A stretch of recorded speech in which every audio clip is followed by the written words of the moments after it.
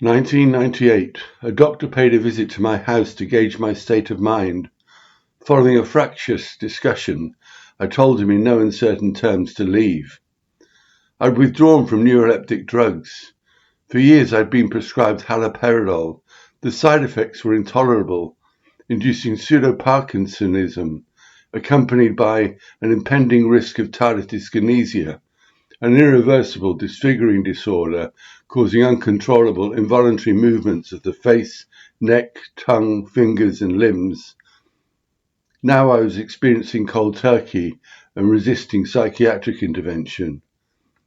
Soon after, they were hammering on the back door. Mr. Shingler, open up. I wasn't going to let them in. Then I heard the sound of wood splintering as the lock was prized off and the door forced open. They charged in 4 police officers, a team of paramedics, social workers and a psychiatrist.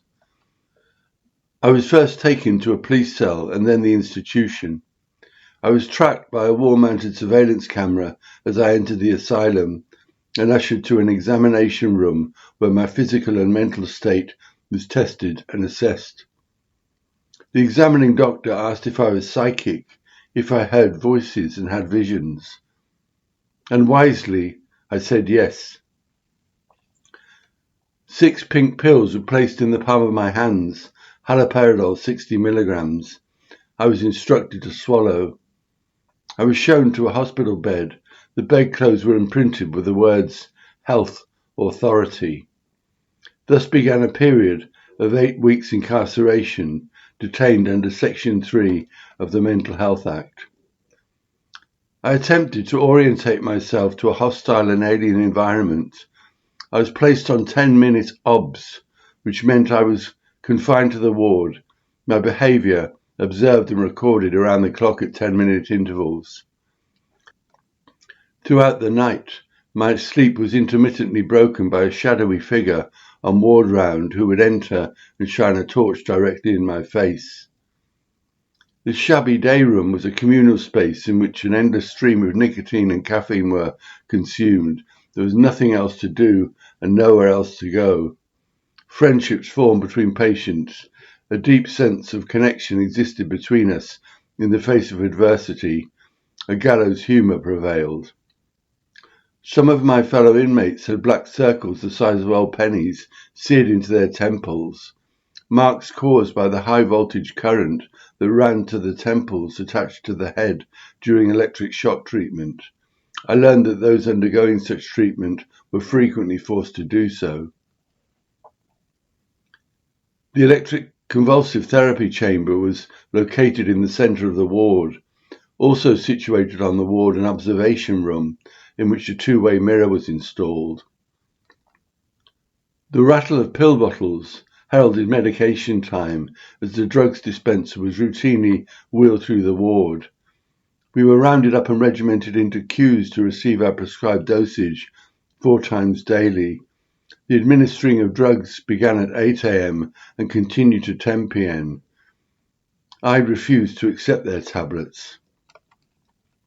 In the first week, I witnessed 3 of my new friends being dragged to the seclusion room to be forcibly injected.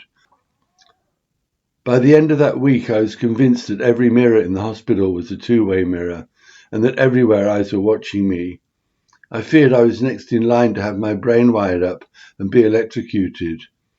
I felt threatened by the imminence of being forcibly drugged. I perceived the institution as a Nazi concentration camp and the staff as guards. I was also incensed at the inhumanity of a system that was cruelly failing my compatriots and myself at a time when our vulnerability and volatility should have been cradled and protected. It was at this point the head of the Department of Psychiatry analysed me and insisted I take the drugs. I inquired, why? Because I think you're ill, came the reply. On hearing these words, clinically induced paranoia and fury collided. I lashed out and punched the psychiatrist in the face. Immediately, 8 or so staff descended upon me as an alarm bell rang out. I was put in head and arm locks, pain compliance techniques were implemented, marched through a corridor, to a cell, forced to the ground, stripped naked, my arse pierced with syringes, injected with a massive dose of neuroleptic drugs, and left locked in the cell, utterly alone, terrified and traumatized, as I began to lose consciousness. Medication time.